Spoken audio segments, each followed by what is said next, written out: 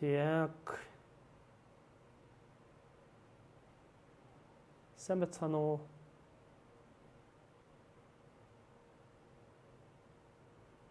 За лайв чинь үзээд шалгаад.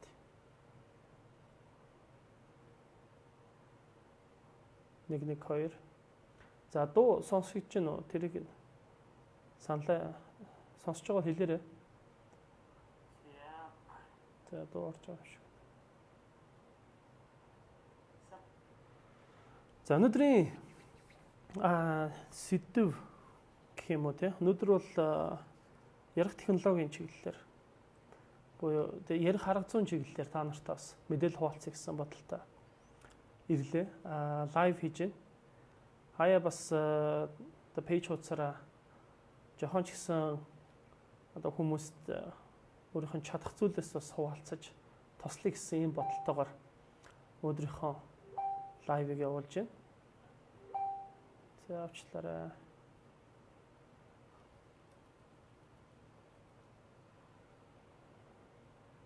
За тэгэхээр яг хоо би бол сүүлийн үед бол коучинг их хийж байгаа. Лайв коуч хийж байна. Тэрэн дотор илүүтэйгээр одоо санхүүгийн дадал зуршлын чиглэлээр лайв коуч мөн бас ярих техниктээр тулгуурсан компаниудад бизнесийн удирдлагуудад SEO төвчний хүмүүст одоо яг өөрийнхөө яриаг бас яаж олон нийтэд чиглэсэн ярих яриагаа илүү их одоо оновчтой, үр дүнтэй байлгах талаар коучинг хийж байгаа. Тэр яг тэр заадаг хичээл болоо яригддаг зүйлсүүдээс та бүхэнтэй бас чикен бас мэдээлэл хуваалцах гэсэн бодолтой.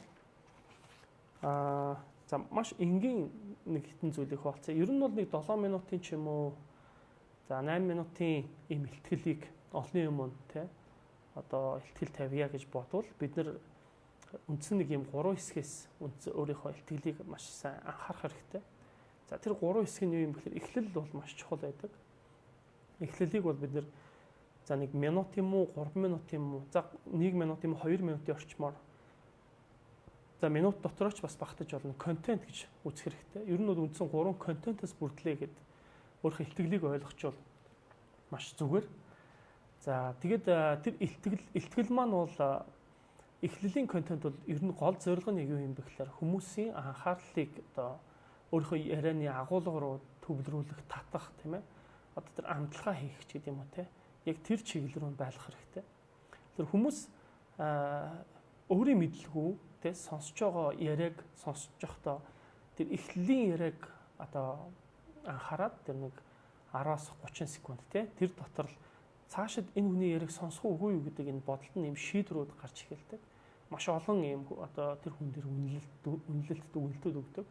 Тэр утгаараа бол бид нар нэг мундаг зарлуулах гэдгээсээ илүүтэйгээр за өөрийнхөө яг тэр эхлэлийн контентийг бол илүү анхаарах хэрэгтэй.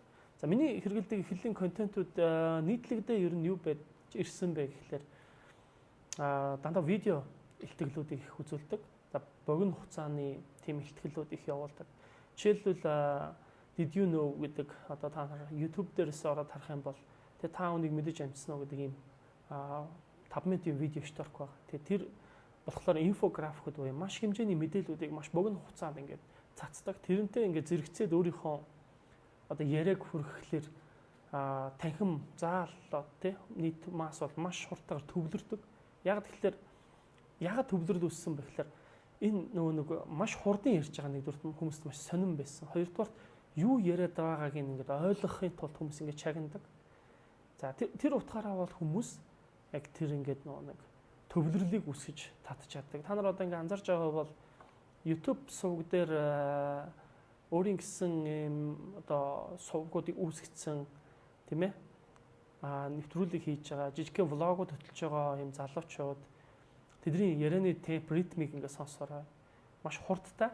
Тэгэхээр энэ ерөнхийдөө бол энэ хурдан темп бол хүмүүсийн анхаарал төвлөрүүлэлтэн дээр бас их чухал байдаг учраас магадгүй тэгж ярьдаг гэж харагдаж байгаа юм л да. За хоёр дахь нь бол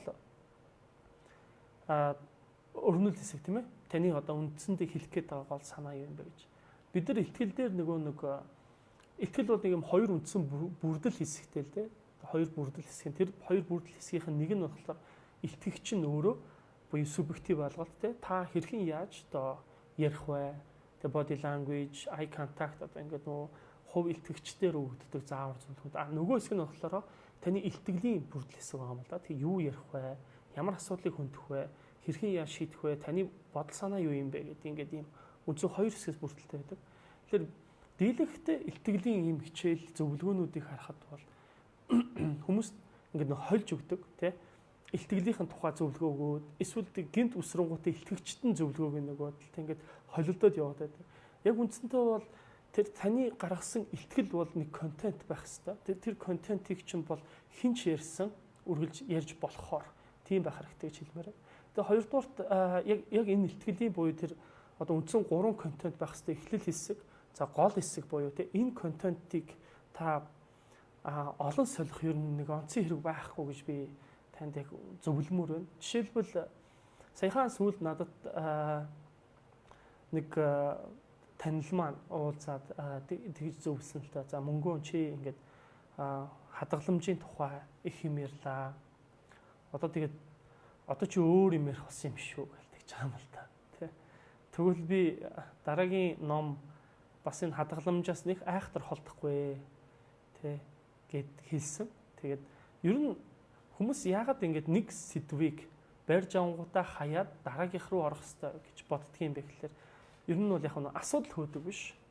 Илүүтэйгээр ямар нэгэн хэрэгтэй асуудлыг хөндөнгуудаа өөрийгөө гаргаж ирэхийг ирмэлзээд байдаг энэ төлөв зорилготой очдог. Тэгээд тэр зорилгоор явхлаар маш тийм үнцэнгүй илтгэлүүд одоо юу гэдэг те контентууд бий болоод байна л гэж харагдаж байгаа юм л да. Тэгэхээр та бол нэг үндсэн илтгэлтэй болохыг ирмэлцэх хэрэгтэй. Өөрийн гэсэн контенттэй болох хэрэгтэй л гэж хэлэх гээд байна. Тэгэхээр өөрийнхөө контентыг олоод авчих юм бол түүнийгээ дараагийн илтгэл дээр ч гэсэн хувиргаад тэгээ дараагийнхтаар хувиргаад ингээд сайжруулад ингээд яваад байна. Тэгэхээр яг иймэрхүү зарчмаар ингээд хүний өөрийн гаргасан тэр агуулга контент өөрөө хөгждөг. Жишээлбэл энэ хадгаламж өсгөөс эхэлнэ гэдэг бол ном өөрөө хаанаас анх үүссэн бэ гэдгийг одоо би бас олон одоо ярианууд дээр хуваалцж ирсэн. Энэ видео контентээс эхэлсэн. За тэр видео контент бол өгсүр газар алах буюу те би бол 6 дансны арга хэрэгэлдэг. Хадгаламж бол яг өсгөөс эхэлдэг юм байна. Яагаад ингэж өсгөөс эхэлдэг юм бэ гэд хэлж фаа гэдэг те. Тэгээ өөрийнхөө амьдралын ингээд бодит кейс болсон үйл явдлуудын талаар тэр ихтгэл дээр гардаг, ярьдаг. За ингээд энэ бол зөвхөн шууд тэр видеон дээр ингээд бодож олоод бичин гутаа ингээд найруулаад ч юм уу гаргаж ирэл ихтгэл тавьсан ихтгэл биш. Энийг бол би нэлийн 3 4 5 хүмүүст ингээд ярьж явсан. Тэг ярьж явж байхад яг энэ ихтгэл ингээ өөрөө боловсроод эхэлчихэж байгаа юм л да. Тэгэхээр яг энэ ихтгэлийг маш олон ингээд хүмүүст хүрэх тусам уламл төгс, уламл сайн, уламл чанартай ихтгэл болдог. Тэгэхээр энэ таны гол хэсэг гэдэг бол энэ та нэг юм үндсэн контенттай байх хэрэгтэй гэж хэлгэсэн. Тэр контентийг та илүү сайн болгохын одоо зэрэгцээ та хувь илтгэгчийн ур чадвар тань нэмэгдэнэ, өснө гэж хэлмээр байна. 13 дахь жилдээ өнөөдөр сургалт лекц за бүр үргэлжлүүлээд энэ коучинг те хийх юм ажил руу ороод явж байгаа. Одоо ингээ бүр номны зохиол руу ороод явж байна. Тэгэхээр энэ хугацаанд ямар одоо зүйл ойлгох вэ гэхээр байгууллагууд дээр ингээ сургалтууд дандаа хүсэл тавьдаг. Дийлэнх нь харилцааны хичээл авъя. Дийлэнх нь л одоо юу гэдэг юм те ажилтнуудаа айгуу тийм хувийн зохион байгуулалтад цаг баримталдаг болгомоор ч гэдэг юм. Тэгэхээр хүн шууд ингээ хилцснээр өөрчлөгддөг тийм зүйл баг байхгүй л те. Тэр яг энэ нөгөө хүсэлтүүдийн дагуу ингээд элдвийн олон хичээлүүд бэлдээд ингээд яваад байгаа юм шиг харагдаг боловч цаанаа бол нийтлэг илтгэгчдийн бол авдаг жишээ үндсэн мессежүүд ингээд цөөн хэд байдаг. Тэгээд тэрэн дээрээ ойролцоогоор нэг 3 сар ч юм уу эсвэл жилийн хугацаанд тэр их илтгэл дээр төвлөрдөг. Тэгээд байгууллагууд ингээд санал тавингууд тэр илтгэлээ тухайн сэдвээр ингээд одоо хувиргаж ч юм уу илүү одоо сайжруулж ингэж ашиглаж явдаг. Ийм нийтлэг хандлагууд байдаг. Анзаарвал зүгээр л одоо Datacom инхбат тухайн одоо нэг хэсэг YouTube ч юм уу эсвэл энэ сошиалоор ярьсан илтгэл яриа. За эсвэл одоо Монгол тулгатны 100 эрхэмд орж байгаа эрхмүүдийн ч юм уу. За жишээлбэл Жанцан нуруугаан илтгэлч байд юм уу те. Ингээд сонсоод байхад бол яг нэг гаргасан мессеж нь буюу гол санаа нь олон газрын ивент илтгэлүүд дээр ингээд явж идэг, хувраал явж идэг. Жишээлбэл Data.com-ийн их батхуу бол стартап бизнес эрхэлж байгаа маш олон юм залуучуудын одоо ивент дээр очиод яриа нь явж байгаа. Тэр яриаг ингээд сонсоход 3-4 газар те одоо хэдэн жилийн зайтай. Тэгээ мөн бас энэ Android дээр ярьсан ярилцсан дээр ч гэдэг юм уу те ингээд үндсэн гол нөгөө нэг ихтгэлийн яриад идэг санаа өөрийнх нь санаа нь явж идэг. Тэгээд түүнийгээ ингээд баяжуулдаг те. Арай өөр жишээгээр за бас арай бараг жишээ нь хүртэл авцдаг. Тэгээ бас арай өөр агуулгатай ингэж хойлж холбоос хийж явж идэг. Тэгэхээр энэ утгаараа бол хүмүүс бол ихтгэл тавина гэдгийг бол тухайн үед ингээд бэлдээд ном уншаад тэгээ цаасан дээр буулгагдсан тийм одоо зүйл гэж ойлгоод байдаг. Яг үндэ бол таны өөрөө чинь хэлхийг хүсэж байгаа. Ямар асуудал шийдэх гээд байгаа юм бэ? Юу одоо зорж яваад байгаа юм бэ? Тэ хүмүүст юу хэлхийг хүссэн? Таны төрүүлж тэднээс төрүүлж олж харсан зүйл чинь юу вэ гэдэг энэ асуудлууд байгаа. Тэгэхээр тэр утгаараа бол хадгаламж өсгөөс эхлэн нь бол миний хувьд бол ингээд өлсөх нь тэ өөрийнхөө орой хоолыг ингээд болчих юм бол та эрүүл болоод маргааш ингээд толгой илүү сайн ажилддаг юм билээ. Тэгэд өөртөө ингээд хоолоороо хориг тавьж байгаа хүн бол мөнгө хадгалах чадварууд нэмэгддэг юм байна гэсэн. Ийм л үндсэн мессежийг олж харсан учраас энэ асуудлыг хүмүүстээ хуваалцъя. Тэгэхээр өөрөө мэдэрсэн учраас бүр үн цэнтэй байгаа учраас түүнийг хуваалцъя гэдэг ийм зорилгоор ихтгэлүүд явж эхэлсэн. За тэгэхээр ихтгэлийн нэг хэсэг бол эхлэлийн контент гэж ярьсан тийм ээ. Тэгэхээр эхлэлийн контент бол видео байж болдог. За эсвэл одоо сонирхолтой ийм одоо жижиг анхаарал төвлөрөх үйсэн ийм асуултууд байж болно тийм. За хүмүүс бол дийлэгтэй л асуултын арга аяг ашигладаг. За би бол асуулт гэхээсээ илүү нөгөө нэг тэр бодолд нь асуудал үүсгэхээр илүү төвлөрж бас ихтгэлүүд дээр ашиглаж байсан. Жишээлбэл би та бүхэнд зөв танилцуулга болгоод яг энэ дээр ашигладаг нэг жижиг контентуудаас олцоод. За зүүн мутартаа хадад бэхэл юу? Баруун мутартаа нүүдлэг чанга гатах юу? Алиг нь гэвхэ гэж бодолтой хөлөргөн байна. Нүүдэл нутаг руугаа довтолв уу? Нутгаасаа нь довтолв уу гэж эзэн Чингис хаан асуусан байдаг юм байна. За юугээд асууч уу гэж ихтгэл дээр яг эхлээд гарч ирээд ярьж эхлэхэд бол маш олон хүмүүс гайхшралт ордог, автдаг. Тэгэхээр энэ юу гэхээр одоо хүний монголоор яриад байгаа боловч яг юугэд хэлчих вэ гэдэг нь өөрөө ойлгомжгүй болчихж байгаа учраас хүмүүст ингээд асуудал болоод эхэлж байгаа. Ингээд бодолд нь төөрөглөөсгээд эхэлж байгаа. Тэгээ энийг ингээд тайллаас эхлэнгуут хүмүүст ингээд сонсох эхний юм сэтгэл зүйн болоод тий анхаар төвлөрлийн бэлэн байдал ингээд бие халаалт гэдэг шиг тарих халаалт тий би болж эхэлсэн байдаг. Ингээд таны хэлэх гээд байгаа мессежүүд бол энэ эхлэлийн контенттойгоо магадгүй жижиг холбоосууд хийгээд өөрийнхөө зорилго агуулгыг ярих хэрэгтэй.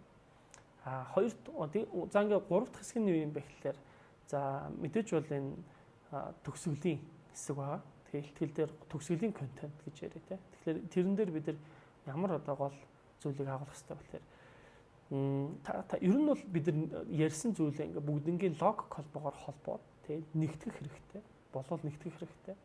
Энд бол нөгөө нэг төгсгөл хэсэг гэж ярьж байгаа боловч яг үндсэндээ бол үндсэн цөм хэсэг гэж хэлж болно. TEDx-ийн ихтгэлүүдийг харахад бол яг эхлээд ярьж байгаа гол мессеж нь ерөөсөй ойлгогддог. Би бас өмнө бас энэ нэлээ одоо 3 жилийн өмнө лөө 2 жилийн өмнөх видео юм лайв хийж байхдаа бас үзүүлж ирсэн. За тэр худлаа арихыг тий хүүхдийн худлаа арихыг хэрхэн илрүүлэх вэ гэдэг дээр TED Talk дээр бичсэн ихтгэл байгаа. За энэ ихтгэл дээр юу гардаг вэ гэхээр эхлээд бол тэр хятад одоо гаралтай Америк эрдэмтэн тий за нэр нь хэмлээд орж ирдэг. Ихтгэл дээр хүүхд ер нь 2 настайгаас эхлээ худалдаа ярьдаг тухай ингээд үндсэн 13 минутын ихтгэлийнхаа за ойролцоогоор 9 минут орчимд нь тэр хүүхдийн худлаа ярих тухай яригдчих байгаа юм л та тий. Тэгээд энэ бол эхний 2 контент ингээд явчихж байгаа юм. За тэгэнгუuта яг тэр сүүлийн 1 2 3 минутын дээр юу гарч ирдэг вэ гэхээр ихтгэл дээр нь за бид нар бол ингээд худлаа ярихыг илрүүлдэг төхөөрөмжийг бий болгосон тий. Тэгэхээр энэ төхөөрөмж маань бол ирээдүйд яаж ажиллах вэ гэдэг ингээд нөгөө хүүхэд худлаа ярих тухай илрүүлэх тухай ярьж байгаа болов гэсэн чинь өргөжлүүлээд нөгөө худлаа ярихыг илрүүлдэг төхөөрөмжийг бий болголоо тий. Ийм шин технологи үүсгэлээ гэдэг тухай яригддаг. Тэгэхээр энэ бол үндсэн гол одоо мессеж юм байсан. Тэгэхээр одоо зүр хооллолтоор ярих юм бол яг одоо Европын хоолны нэг тийм дараалалтай их төстэй иддэг хоолтой тий. Нэгдүгürt бол хүмүүс хамгийн түрүүнд ингээд салаад авчираад нөгөө хотоод ингээд идэхэд бэлддэг тий. Жижигхэн хөнгөн юмар. За ингээд ходоод бэлтгэгдсэний дараагаар хүмүүс нэгдүгээр хоол иддэг. За нэгдүгээр хоол болохоор хөнгөн учраас хүмүүс айхтар цадсан мэдрэмж өгдөг. За тэгээ хоёрдугаар хоол нь үндсэн хоол орж ирдэг. Тэгэхээр анзаарч байгаа бол дээд хамгийн сүүлд десерт гэдэг амттай өгдөг. Тэгэхээр үндсэн ийм дөрвөн хооллолтын эхний хэсэг дээр бол эхний контент те эхлэх контент гэдэгтэй адилханаар ингээд салаад өгч байна. Хоёр дахь хэсэг нь болохоор нэгдүгээр хоол те ингээд шүл өгч байна. Тэгэхээр энэ бол өөрөө хэлэх гээд байгаа тэр гол мессежүүдийг одоо хүмүүст хүргэхийн тулд их өгтөр нөхцлүүдийг бий болгож байгаа жишээнүүдийг болж байгаа процесс өнөөдрийн амьдрал дээр байгаа үйл явдлуудын талаар ярьж байна. 3 дугаар хэсэг дээр юу гарч ирж байна. Тэгэхээр үндсэн хоол орж ирж байна. Тэгэхээр саяны дээр нөгөө худлаа арих те контент илтгэл дээр гардаг. Яг ингээд худлаа арих төхөөрөмжийг бий болгосон гэдэг бол үндсэн хоол нь байгаа. Тэгээд төгсгөлд нь болохоор энэхүү одоо жишээлбэл миний ярьсан зүйл маань нийтдээ юу болваа гэдгийг нэгтгэж дүгнэж хүмүүст эцсийн одоо кодлогдож үлдэх, хадгалагдж үлдэх нэг юм мессеж болгоод илүү үр дүнтэй гэж хэлэх гэсэн. За тэгээд өнөөдрийн та нартай хуваалцах гэсэн гол мэдээлэл маань бол ер нь ихтгэл бол ярих арга зүйн дээр ямар зүйл анхаарах хэрэгтэй вэ гэхээр үндсэн та 3 контентийг л бэлдэх хэрэгтэй юм байна гэдээ ойлгочих хэрэгтэй. За хоёр дахь нь юу вэ гэхээр за ер нь ингээд би сая сүүлд нэг юм яг одоо энэ танхимд болсон юм аа. Одоо Хавайд яаж одоо ингээд тэтгэлэг төлбөр авч суралцах вэ гэдэг ийм ивент үйл ажиллагаа болсон. Тэгээ тэр ивент үйл ажиллагаан дээр хоёр бүсгүй ирээд ингээд одоо тэтгэлэг төлбөр тамгахын тулд хамгийн түрүүнд чухал зүйл бол эсээ бичих чухал шүү гэдэг тухай одоо нийт ярианых нь бол нэг 50% одоо тэрэн дээр өрнөсөн.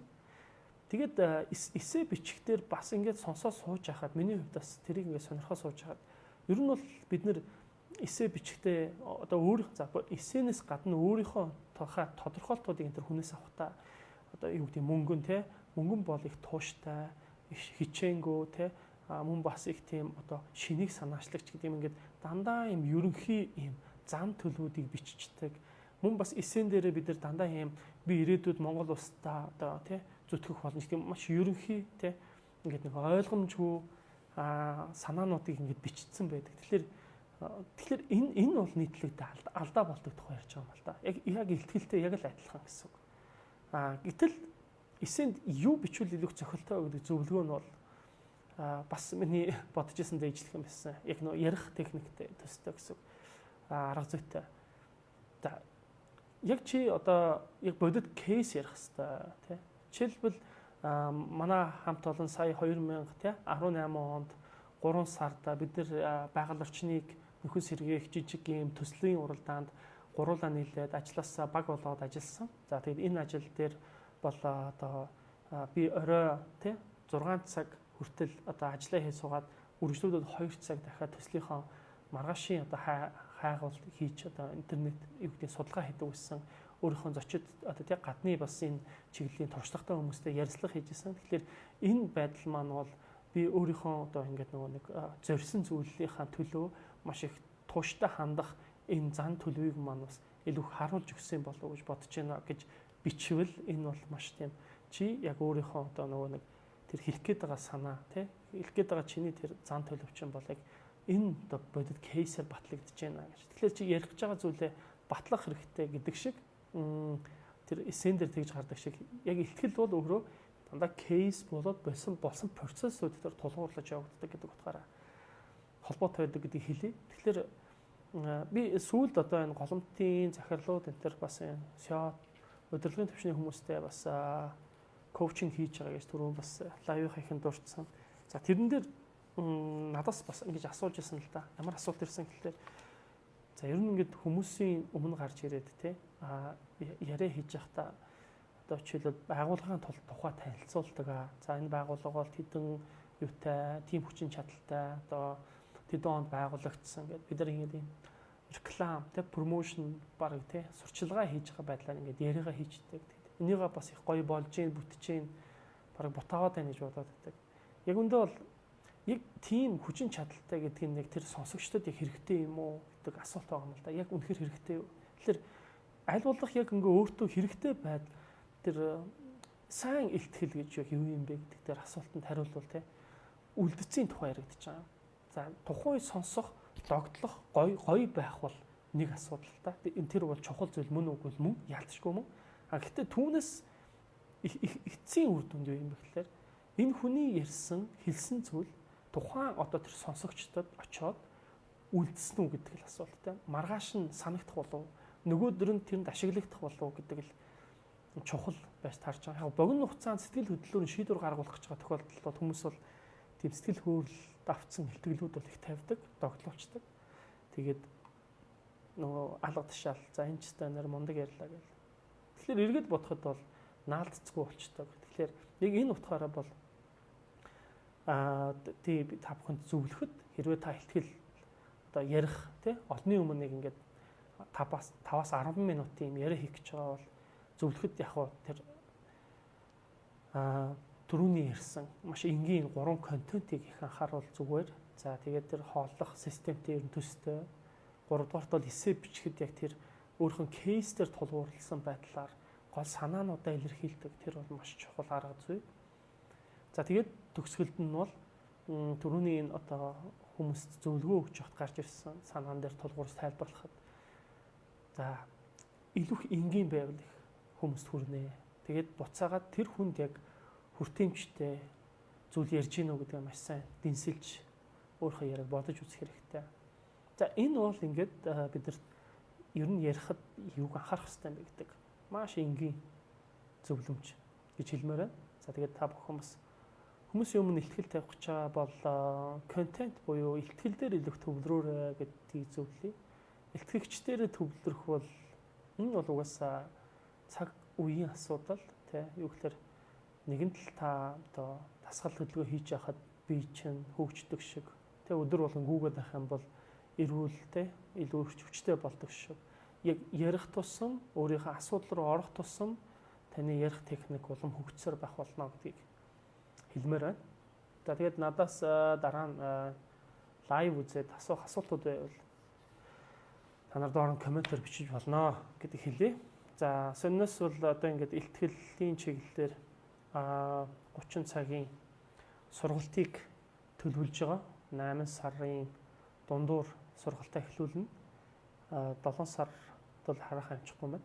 За тэгээд тэр үед бол өөрийнхөө ярих техникийг хөгжүүлье гэсэн юм бодолтой хүмүүс байл сургалтанд маань хамрагдах боломжтой шүү гэдгийг хэлье. Нэг зүйл хэлэхэд бол аль болох би өөрийгөө хөгжүүлье гэдэг ойлголт яг нэг талдаа явж байгаа боловч гол үндсэн бидний хөгжүүлэх ёстой зүйл юу юм бэ гэхээр таны хүсэл зорилго чинь яг юу вэ гэдэг л чухал байгаа юм л та. Тэгээ та юу шийдэх гээд ямар асуудлын төлөө яваад байгаа юм бэ гэдэг дээр тулгуурна. Тэр асуудал гэдэг чинь зорилго шүү дээ, тийм. Инженеэр бол хүн бол өөрийнхөө толгоонд нэг асуудал үүсэж чинь ирээдүйд тэрийг л биелүүлэхэд төлөө явж гин гэдэг асуудал үүсэж чинь тэр асуудлыг бид нар гоёор зорилго гэж нэрлэдэг, мөрөөдөл, хүсэл мөрөөдөл гэж хэлдэг. Тэр хүсэл мөрөөдөл тэр асуудал байхгүй тэр хүн тийшээ явах боломжгүй болчиход байдаг. Тэгэхээр ер нь ихтгэл дээр бол ерөөдөө яг хүний бодох процедурлыг тайлбарлаж байгаа юм тий. Яаж бодох вэ? Ямар арга зүгээр бодох вэ гэдэг тэр бодол дээр л илүү төвлөрдөг бол гэж ойлгож болно гэсэн үг. Окей. За ингээд лайв үзсэн баярлалаа. Лайва шеэр хийж устаа хуваалцаарай гэдгийг хүсье. За тэгээд хэрэгтэй зүйл байвал миний хувьд бол баяртай холно. Баяртай.